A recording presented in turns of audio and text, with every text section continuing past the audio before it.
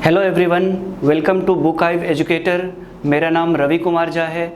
दोस्तों, आपने एग्रीकल्चर के बारे में या कृषि के बारे में भारत में पढ़ा होगा और पहले भी आप लोगों ने किताबों में भी पढ़ा होगा और बहुत सारे लेक्चर्स भी आप लोगों ने अटेंड किए होंगे।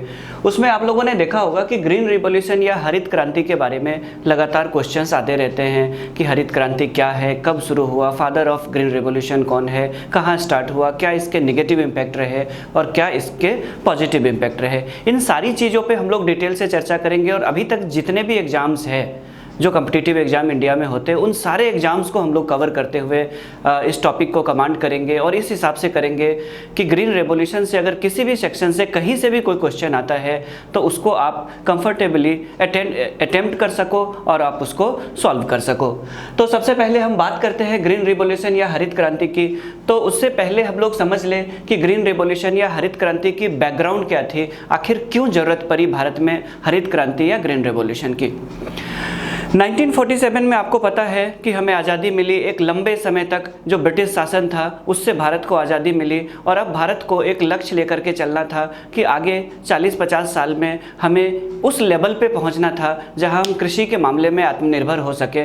और इसके लिए हम लोगों ने बहुत सारी योजनाएं बनाई और आपको पता है कि 1951 यानी 1951 से भारत में पहली पंचवर्षीय योजना यानी प्रथम पंचवर्षीय योजना लागू की गई। उसके बाद जाकर के जब हम बात करें तो 56 में जब ये 5 ईयर प्लान सक्सेस हो गया तो 56 में यानी 1956 में हम लोगों ने दूसरी पंचवर्षीय योजना लाई और वो भी लगभग सक्सेस रहा। और उसके बाद स्टार्ट होती है थर्ड 5 ईयर प्लान यानी तृतीय पंचवर्षीय योजना। और तृतीय पंचवर्षीय योजना जिसका ड्यूरेशन 1961 से 1966 तक था। और आपको बता दूं कि इंडिया में जितने भी 12 पंचवर्षीय योजना अभी तक लागू किए उसके बाद आपको पता है कि 5 ईयर प्लान को ख़त्म कर दिया गया है। तो जो हमारे पास 12 5 ईयर प्लान थे, जो 12 पंचवर्षीय योजना है, उनमें से जो थर्ड वाला है तृतीय पंचवर्षीय योजना, ये इंडिया का सबसे फेल्योर पंचवर्षीय योजना यानी 5 ईयर प्लान रहा था। और उसी फेल्योर से कहा जाता है कि सक्सेस की शुरुआत होती है। और उसी असफलता से सीखते हुए और उसी पंचवर्षीय योजना जब वो असफल रही तो भारत में एक बहुत बड़ा डिसीजन लिया गया और उस डिसीजन ने इंडियन एग्रीकल्चर के पूरी तरह से भारतीय कृषि की दशा और दशा को बदल कर रख दिया। और आज स्थिति ये है कि भारत गेहूं के मामले में चाइना के बाद दूसरा सबसे बड़ा उत्पादक देश है यानी second largest wheat producing country. Bharat चावल के मामले में चाइना के बाद दूसरा सबसे बड़ा उत्पादक देश बन चुका है, हालांकि भारत वर्ल्ड का 7th लार्जेस्ट कंट्री है। दाल के मामले में हम नंबर 1 पे है। और इसके अलावा एग्रीकल्चरल प्रोडक्ट्स बहुत सारे ऐसे हैं जिनके मामले में हम लोग अभी न सिर्फ आत्मनिर्भर हो चुके हैं बल्कि ज़रूरत पड़ने पे कई सारे देशों को हम लोग फूड सिक्योरिटी के लिए अनाज प्रोवाइड कराते हैं। जैसे आपको पता होगा कि पिछले दिनों हम लोगों ने अफगानिस्तान को बड़े पैमाने पे अनाज यानी फूड ग्रेन की सप्लाई की थी।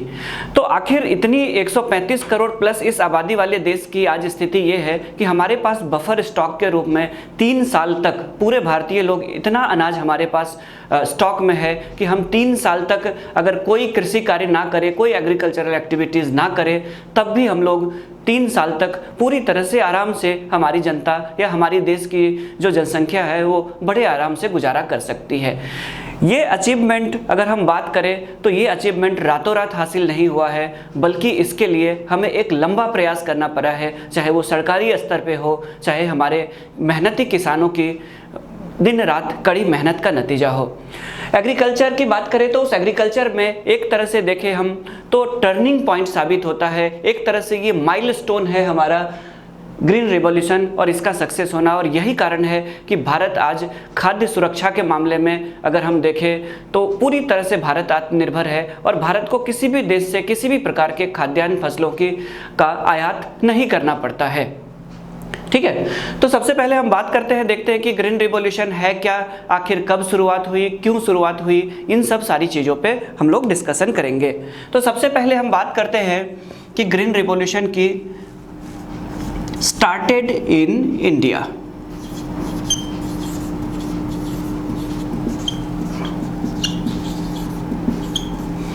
भारत में प्रारंभ।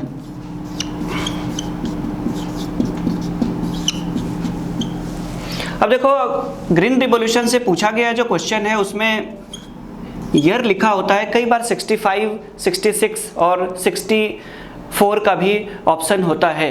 अब देखो क्या है कि 1964 या 1964 की बात करें तो आपको पता होगा कि उस दौरान भारत में चल रहा था थर्ड 5 ईयर प्लान, तृतीय पंचवर्षीय योजना।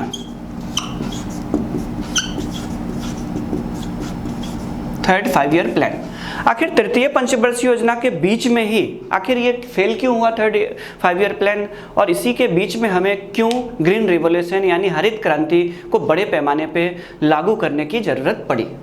अब देखो हुआ क्या कि जैसे ही 61 में भारत में तृतीय पंचवर्षीय योजना लागू की गई तो इस 5 साल की अवधि जो है, ये 5 ईयर की ड्यूरेशन है, इसमें हम लोगों ने बड़े बड़े चैलेंजेस को हम लोगों ने झेला और जिसकी वजह से हमारी कंट्री की इकोनॉमी और हमारी कंट्री की एग्रीकल्चर बुरी तरह से इससे प्रभावित रही। हुआ यह कि 62 में चाइना ने अटैक कर दिया। 1962 में आपको पता है कि भारत पे चीन का आक्रमण हुआ था, लद्दाख और अरुणाचल प्रदेश के क्षेत्र में विशेषकर, और सबसे ज़्यादा तो लद्दाख के वो क्षेत्र जो अक्साई चीन जो परमानेंट अगर देखें तो एक तरह से चाइना के हाथ में चला गया।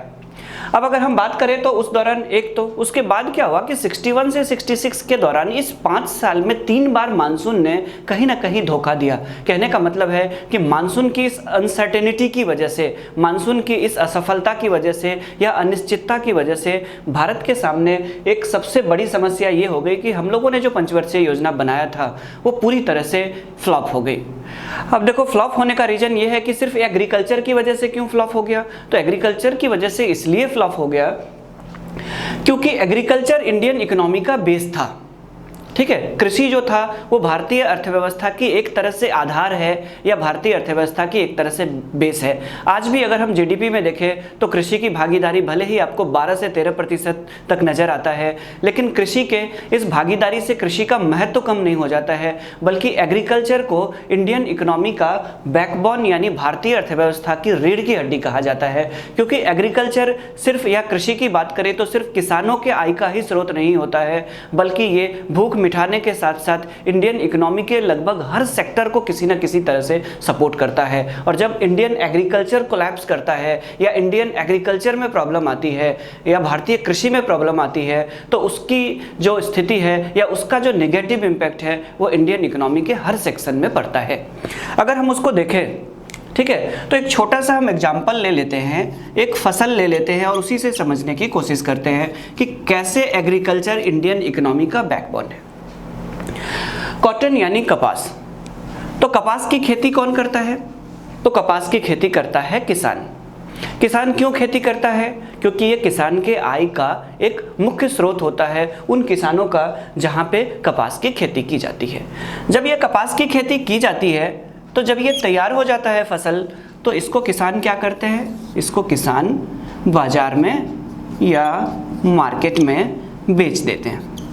ठीक है, मार्केट में बेच देते हैं। अब देखो जब ये किसान इसको मार्केट में बेचते हैं तो ये एक रॉ मटेरियल या कच्चा माल होता है, और कच्चा माल या रॉ मटेरियल जब प्राइमरी स्टेज पे होता है तो उसकी प्राइस वैल्यू बहुत ज़्यादा नहीं होती है, यानी उसकी कीमत बहुत ज़्यादा नहीं होती है। और जब ये किसान अपना पेमेंट लेकर के बाज़ार से वापस आ जाता है तो उसके साथ ही क्या होता है, एग्रीकल्चर का जो जीडीपी में कंट्रीब्यूशन होता है वो वही प्राइस वैल्यू होता है। लेकिन ये तो हुई जीडीपी में प्राइस वैल्यू के अकॉर्डिंग या फिर कीमत के अनुसार जीडीपी में योगदान, लेकिन जीडीपी में इसका योगदान सिर्फ कीमत के आधार पे आप नहीं आंक सकते हो, क्योंकि ये जीडीपी के हर सेक्टर को सपोर्ट करेगी और ये एक तरह से देखो तो हमारी इकोनॉमी की बेस होगी। देखो कैसे, बाजार से ये कहाँ पे जाएगा? ये जाएगा इंडस्ट्री यानी उद्योग, या फिर आप कहो तो धागा या कपड़े बनाने वाली मिल, उस मिल जहाँ पे कपड़े या धागे बनाए जाते हैं। और आपको एक चीज़ बता दूँ कि इंडिया में जितने भी एग्रीकल्चर बेस्ड इंडस्ट्री है, कृषि आधारित उद्योग है, उनमें सबसे बड़ा और सबसे ऑर्गेनाइज इंडस्ट्री है कौन सा? सूती कपड़ा और धागा बनाने वाली मिलें, यानी कॉटन टेक्सटाइल मिल। अगर हम इसके रोजगार की बात करें, एम्प्लॉयमेंट में कंट्रीब्यूशन की बात करें, हालांकि ये तो इंडस्ट्री सेक्टर हो गया, लेकिन इसकी अगर हम बात करें रोजगार में तो भारत में 50 लाख से भी ज़्यादा लोग डायरेक्ट या इनडायरेक्ट कॉटन टेक्सटाइल इंडस्ट्री में काम कर रहे हैं और ये एक वेल ऑर्गेनाइज सेक्टर है। और इन इंडस्ट्री को रॉ मटेरियल कहाँ से मिल रहा है? एग्रीकल्चर यानी कृषि से। यानी इसका आधार अगर किसान अपने खेत में कॉटन यानी कपास का उत्पादन बंद कर दे तो भारत में स्थिति क्या होगी कि भारत में ये उद्योग पूरी तरह से बंद हो जाएगा। ठीक उसी तरह जैसे आज ब्रिटेन में लंकाशायर वगैरह सब जो जगह है जहाँ पे एक ज़माने में कॉटन टेक्सटाइल इंडस्ट्री के लिए इतना ज़्यादा फेमस था, चाहे वो लंकाशायर हो, चाहे वो मैनचेस्टर की बात करें जिसके नाम पे दुनिया में किसी भी देश के सबसे बड़े सूती कपड़ा उत्पादक जो क्षेत्र होते थे उसको मैनचेस्टर लोग गर्व से कहते थे। और आज जब आप मैनचेस्टर में जाते हो ब्रिटेन में तो वहाँ की इंडस्ट्री बंद पड़ी हुई है। उसका रीज़न ये है कि वहाँ के इंडस्ट्री को कपास नहीं मिल पाता है या कॉटन नहीं मिल पाता है रॉ मटेरियल के रूप में, क्योंकि जिन कंट्रियों से वो कॉटन उनको मिलता था उन कंट्रियों में खुद इंडस्ट्री लग चुकी है। तो कुल मिलाकर अगर कॉटन इंडस्ट्री को ना मिले, कपास ना मिले तो इंडस्ट्री बंद हो जाएगी। यानी देश में किसान का जो एक उत्पाद होता है वो इनडायरेक्ट एक इंडस्ट्री के लिए क्या होता है? रॉ मटेरियल होता है, यानी कच्चा माल होता है। और उस कच्चा माल को जब उत्पादन के स्तर पे इंडस्ट्री में यूज किया जाता है तो लाखों लोगों को इससे रोजगार मिलता है। यानी हमारे किसान यहाँ पे भी उनकी भूमिका होगी इनडायरेक्टली। उसके बाद अगर हम बात करें तो जब ये इंडस्ट्री, ठीक है, जब ये इंडस्ट्री से ये कॉटन टेक्सटाइल तैयार होता है, ये कपड़े तैयार होते हैं तो ये सिलने सिलाने के लिए जाते हैं। उनके अलावा अगर आप देखो तो इंडिया हमेशा से ही कॉटन टेक्सटाइल के मामले में वर्ल्ड में 2 या 3 में हमेशा से ही लार्जेस्ट प्रोड्यूसिंग कंट्री के साथ साथ लार्जेस्ट एक्सपोर्टिंग कंट्री भी रहा है। यानी सबसे बड़े उत्पादक देशों में भारत की स्थिति हमेशा टॉप 3 में रही है और सबसे बड़े निर्यातकों में भी रही है। तो कहने का मतलब ये हुआ कि इस इंडस्ट्री का प्रोडक्ट, इस अगर हम बात करें तो इसका करोड़ों रुपए का या अरबों रुपए का निर्यात किया जाता है जिससे भारत को फॉरेन करेंसी या विदेशी मुद्रा की प्राप्ति होती है। यानी एक्सपोर्ट को भी सपोर्ट करता है ये इंडस्ट्री और इस इंडस्ट्री को सपोर्ट करता है एग्रीकल्चर।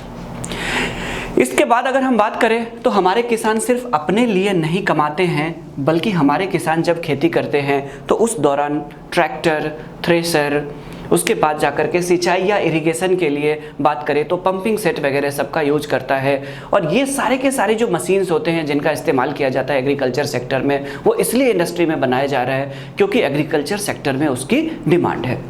तो एग्रीकल्चर सेक्टर में डिमांड होने की वजह से हमारे किसान क्या करते हैं? हमारे किसान जब उनकी डिमांड करते हैं इसीलिए इंडस्ट्री में बनता है और उस इंडस्ट्री में भी लाखों लोगों को रोजगार मिला हुआ है। यानी एक तरह से हमारे किसान इनडायरेक्टली यहाँ भी लोगों को रोजगार देने में सक्षम है। उसके बाद अगर हम बात करें तो किसान खेतों में पेस्टिसाइड यानी कीटनाशक, इंसेक्टिसाइड यानी पीड़कनाशक, उसके बाद जाकर के खाद यानी कि उर्वरक या फर्टिलाइजर्स का उपयोग करते हैं। और ये सब बनाने वाली इंडस्ट्री भी अगर हम देखें तो लाखों लोगों को रोजगार दे रहा है और सरकार के रेवेन्यू या राजस्व में सबकी करोड़ों रुपए की भागीदारी है और सबका आधार कृषि है। आप सोच के देखो कि कृषि नीचे है और बाकी पूरी व्यवस्था ऊपर है। और अगर ये कृषि सपोर्ट ना करे, ये तो मैं सिर्फ एक फसल का उदाहरण दे रहा हूं, आप गेहूं को देख लो, चाहे पिज्जा बर्गर से लेकर के बिस्किट इंडस्ट्री तक कहां सपोर्ट नहीं करता है, चाहे वो रेस्टोरेंट से लेकर के एक ढाबा तक की बात करें। तो एग्रीकल्चर इतना इंपॉर्टेंट सेक्शन है हमारे लिए। लेकिन अगर हम बात करें तो ये सारे जो सेक्टर्स हैं इनको सपोर्ट करने वाले जो हमारे किसान हैं उनकी स्थिति आज भी बहुत अच्छी नहीं है।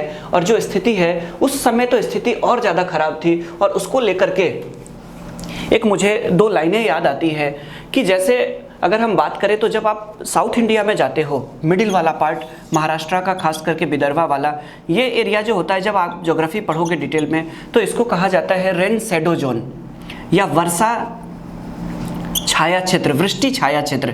कहने का मतलब है कि भारत में मानसून की वर्षा भले ही 125 सेंटीमीटर भारत में एनुअल रेनफॉल होती है लेकिन हर जगह इक्वल डिस्ट्रीब्यूशन रेनफॉल यानी वर्षा का बराबर वितरण नहीं है। और भारत का ये क्षेत्र है जहाँ पे वर्षा की सबसे ज़्यादा अनिश्चितता बनी रहती है। अब यहाँ की बात करें तो यहाँ पे किसान है, उनकी ज़मीनें हैं और अगर वो खेती नहीं करेंगे तो क्या करेंगे? उनके पास कोई दूसरा विकल्प नहीं है। और इसीलिए वो क्या करते हैं कि जो छोटे छोटे किसान होते हैं जिनके पास अपनी पूंजी नहीं होती है, अपना ट्रैक्टर नहीं होता है, अपना थ्रेशर नहीं होता है, अपना पंपिंग सेट नहीं होता है, उसके बावजूद वो कृषि इसलिए करते हैं क्योंकि उनके पास व्यवसाय के कोई दूसरा स्रोत नहीं है। तो ऐसी स्थिति में जब वो खेती करते हैं तो क्या होता है कि खेतों में वो किसी तरह से किसी से कर्ज लेकर के ज़्यादा से ज़्यादा ब्याज पे कर्ज लेकर के कोशिश करता है कि वो खेतों में फसल बो दे, बीज बो दे और जुताई कर दे, और वो एक उम्मीद के साथ कि अगले 4 से 5 महीने के बीच में मेरी जब फसल तैयार हो जाएगी तो मैं पहला काम ये करूँगा कि अपना कर्ज चुका दूँगा। उसके बाद जो बचेंगे उससे बच्चों की ज़रूरत, अपनी ज़रूरत और घर की ज़रूरत को पूरा करूँगा। लेकिन हमेशा कहा जाता है कि नेचर उस किसान का साथ नहीं देता है, और ख़ास करके यहाँ पे जब आप रिवर चैप्टर पढ़ोगे तो तब आप देखोगे कि यहाँ की जितनी भी नदियाँ हैं, खास करके पेनिनसुलर प्लेटो या इस प्रायद्वीपीय पठार की सबके सब नदी है सीजनल यानी मौसमी नदी, यानी साल के कुछ महीने जब बारिश होती है तब तो इसमें पानी होता है, बाकी सीजन में पानी नहीं होता है। यानी यहाँ के किसान के लिए एक बड़ा चैलेंज तो ये भी है कि नहरों में पानी नहीं होगा या नहर खुदाई ही नहीं होगी, क्योंकि वहाँ की नदियाँ जो होती है वो पेरेनियल यानी सदावाहिनी नहीं होती है।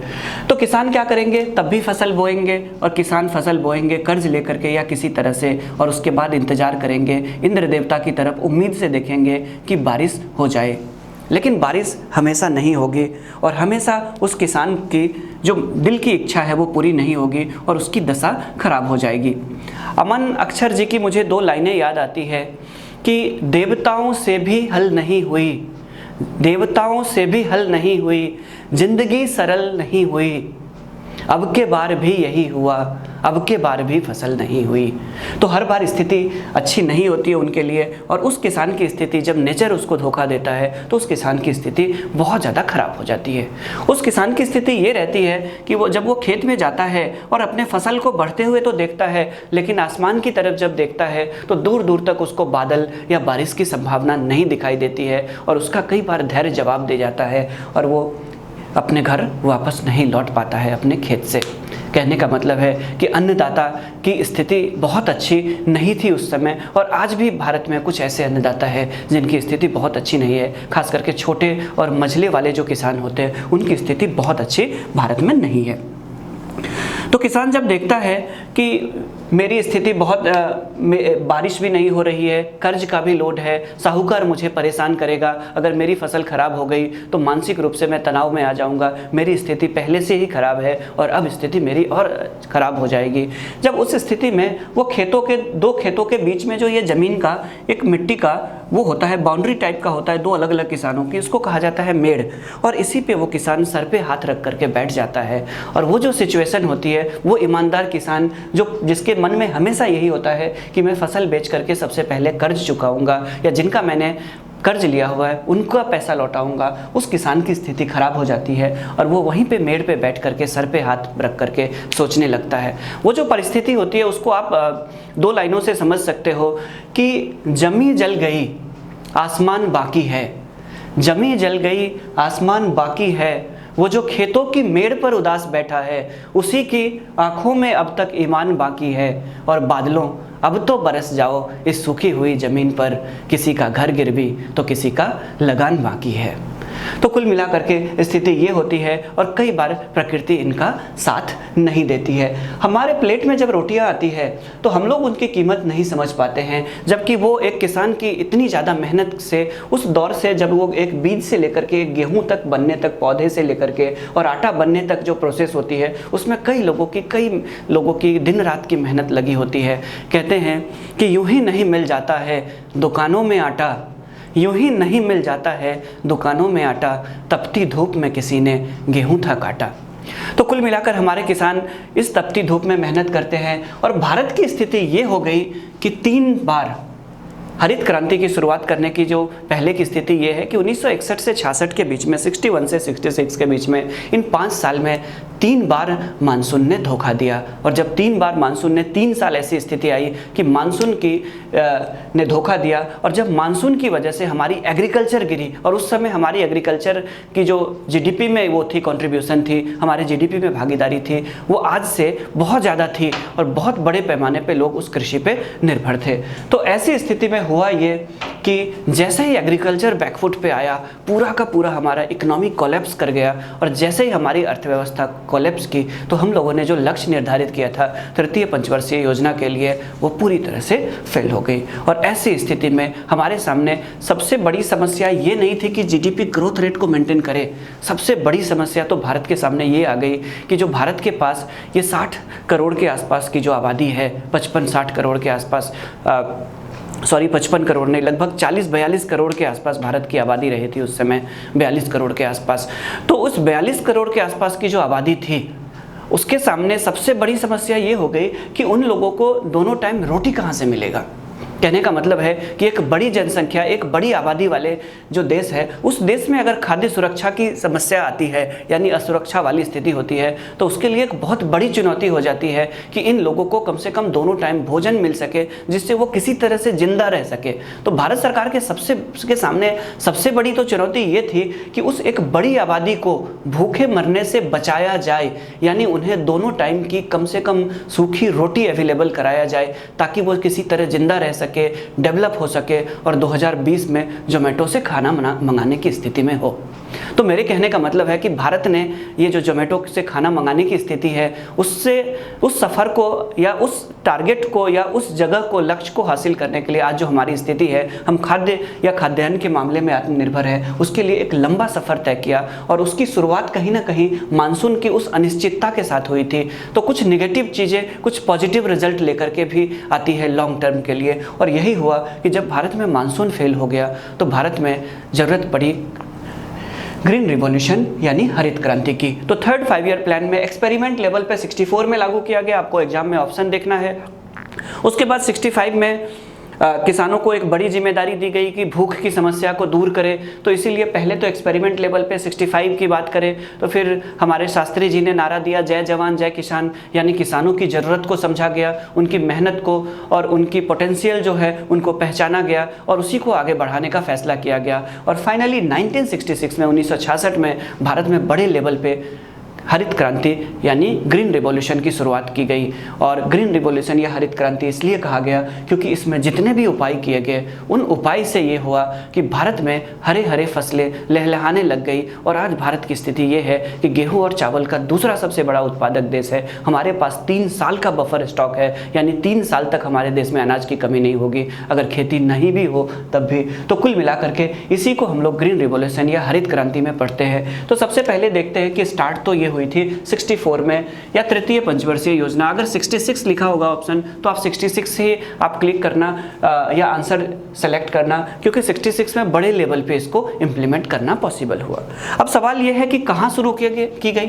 तो भारत में सबसे पहले जो एरिया या क्षेत्र की बात करें तो भारत में जिस क्षेत्र को चुना गया वो था पंजाब, हरियाणा और वेस्टर्न यूपी यानी पश्चिमी उत्तर प्रदेश। अब सवाल यह है कि पंजाब, हरियाणा और वेस्टर्न यूपी यानी पश्चिमी उत्तर प्रदेश को चुनने के पीछे क्या कारण है। तो इसके पीछे भी एक कारण था और वो कारण ये था कि ऑलरेडी यहाँ पे गेहूं की खेती हो रही थी, यानी जो किसान थे वो व्हीट की फार्मिंग ऑलरेडी कर रहे थे। तो अब इसमें नया क्या होगा, तो नया इसमें ये होगा कि इसमें कुछ चीज़ें बदली गई। तो सबसे पहले देखते हैं कि क्रॉप्स यानी किन फसलों को सेलेक्ट किया गया। तो सबसे पहले राउंड में तो व्हीट को सेलेक्ट किया गया, व्हीट यानी गेहूं।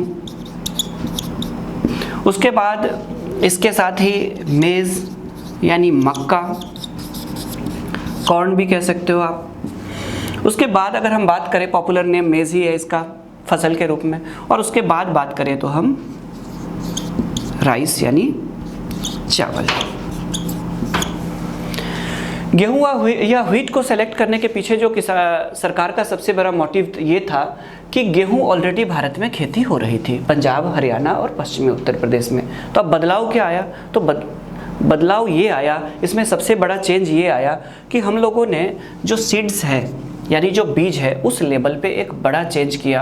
और चेंज ये किया कि अभी तक हम लोग परंपरागत ऐसे बीज का उपयोग कर रहे थे, ऐसे ट्रेडिशनल सीड्स को ले रहे थे जिसमें पर हेक्टेयर प्रोडक्टिविटी काफ़ी कम थी। तो जब प्रति हेक्टेयर उत्पादकता कम थी तो इसके जगह हम लोगों ने जो बीज यूज किया वो कौन सा बीज यूज किया? हम लोगों ने यूज किया HYV सीड्स, यानी हाई यील्डिंग वैरायटी बीज।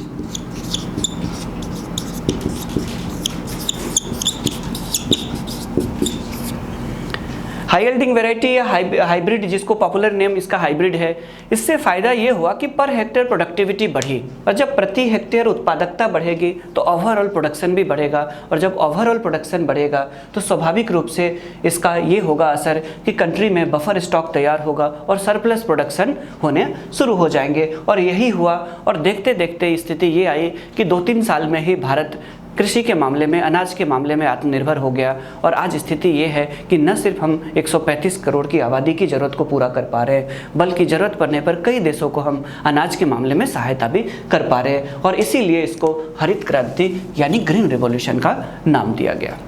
अब देखो इसके पीछे कौन कौन लोग थे, उन्हें भी जानना जरूरी है।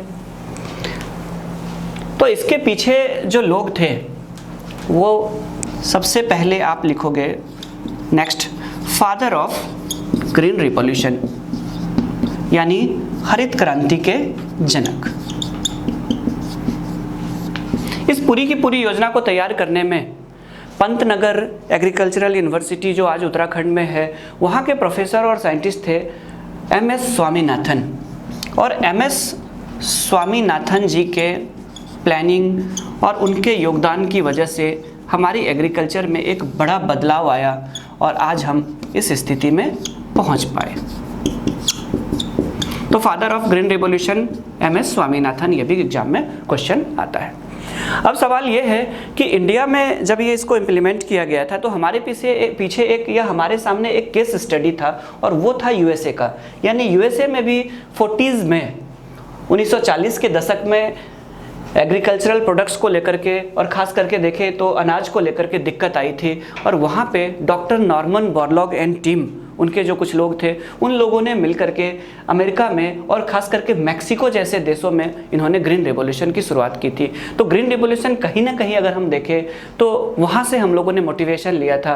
तो आपसे ये भी पूछा जाता है कि father of green revolution USA में कौन थे, क्योंकि ये स्कीम भारत कहीं ना कहीं वहीं से मोटिवेशन भारत को मिला था। तो फादर ऑफ ग्रीन रिवॉल्यूशन या हरित क्रांति के जनक, ब्रैकेट में आप USA लिख लोगे और आप लिखोगे नॉर्मन बोरलॉग।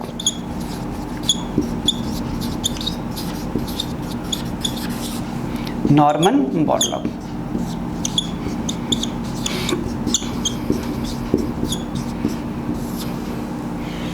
तो Norman Borlaug father of green revolution थे इंडिया में।